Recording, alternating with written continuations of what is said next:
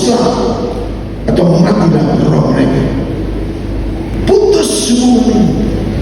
Dan sudah putus, mereka tidak bisa lagi bersama-sama.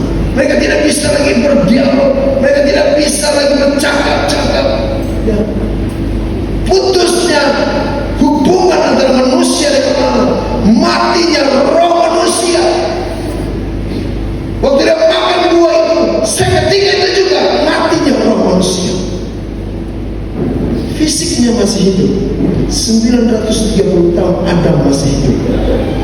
Tapi kehidupan hidup sebagai fisik, tapi rohnya sudah mati. Tidak punya lagi akses untuk bisa datang kepada Bapa. Saudara sadar atau tidak? Tapi banyak di dalam sini, di luar sana yang sebenarnya sudah mati. Dia masih bergerak apa? Iya, dia masih bergerak. Belum almarhum, tetapi sudah mati. Saudara, orang rohnya mati bagaimana bisa berhubungan dengan Allah yang hidup? Tidak bisa. Orang-orang yang mati sudah tidak suka lagi bangun hubungan dengan Tuhan. Kenapa? Karena roh mati. Saudara mau tolak itu seperti saudara tolak walas. Pernah tolak walas belum? Walas yang gini gitu. Nah, sudah coba tolak. Kita semua ditolak. Saya akan mengenal. Kalau dia sudah begitu, itu tandanya rohnya mati. Dia memang masih bergerak. Dia belum almarhum, dia belum almarhumah, tapi sebenarnya rohnya sudah mati.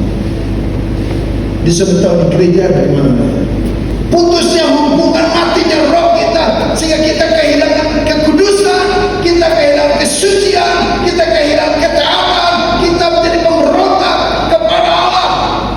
Dan firman Allah berkata kita ini menjadi musuhnya Allah. Kita memusuhi Allah. Coba kita baca saudara. Kolose 1 ayat 21 tidak salah. Dua kamu yang dahulu hidup jauh dari Allah dan yang memusuhinya, yang memusuhinya. Saudara, aneh.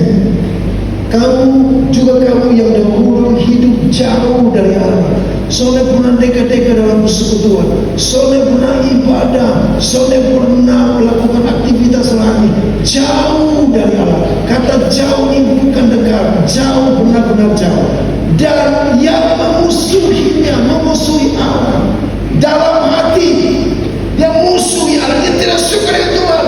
Tuhan omong kosong, Tuhan sudah beda-beda, Tuhan sudah berganti beda, Tuhan tidak buat beta sukses. Tuhan, kenapa kau buat jahat dengan beta? Beta kecewa dengan Tuhan, memusuhi Tuhan.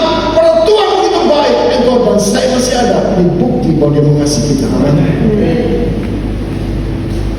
Kita memusuhi Allah ini benar-benar dalam hati dan pikiran, di hati lagi, pikiran lagi.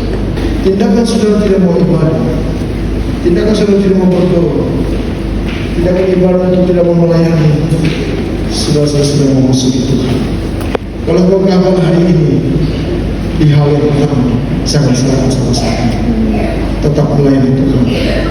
Dan Tuhan tahu Dia merancangkan kau dengan tujuan yang mulia.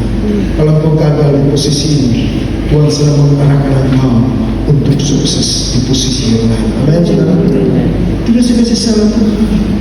Tuhan yang ciptakan kita, Dia tahu apa yang terbaik buat kita. Seorang bapa yang baik tidak perlu ajar dia bagaimana untuk mengasihi anaknya. Kalau anaknya selalu memperhatikan setiap kebutuhan ayahnya, apa yang ayah perintahkan dia lakukan, apa yang ayah mau dia kerjakan. Tidak usah minta HP Android, karena dia pasti kasih kalau dia ada uang. Tidak usah minta sepeda motor, dia sudah kumpul uang untuk beli sepeda motor, karena kau sudah SMA perlu sepeda motor dengan jauh sekolah. Dia sudah siapkan. Kalau Bapa yang kita punya di dunia ini jahat ini, tahu pria yang terbaik. Apalagi Bapa kita di sana, dia mengutus anaknya supaya menyelamatkan kita. Dia rindu bersama-sama dengan kita. Dia ingin menikmati pujian kita, penyembahan kita, sesuatu yang terbaik yang keluar dari hati kita, yang keluar dari hidup kita. Dia ingin menikmati sesuatu dari hidup kita. kita tidak diciptakan terakhir untuk jadi debu. Allah tidak pernah mengajak kita jadi debu lagi.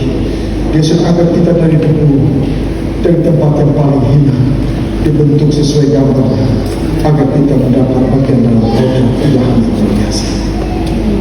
Saudara, itu firman yang menjadikan kita. Itu Yesus yang menjadikan kita. Waktu saudara kita jatuh dalam dosa, tidak ada manusia yang bisa memiliki kita, termasuk pendeta. Hanya firman itu. Makanya Allah mengutus dia untuk memperbaiki yang rusak, yang mati, yang tidak punya harapan hidup lagi, yang akan dilempar dalam kematian kekal. Tapi firman itu datang jadi manusia. Dia gantikan posisi kita.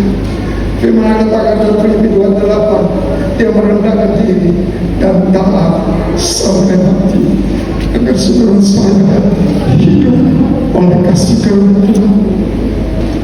Dia yang menciptakan kita, dia tahu bagaimana memperbaiki kita. Dia yang menciptakan kita dengan cara-caranya.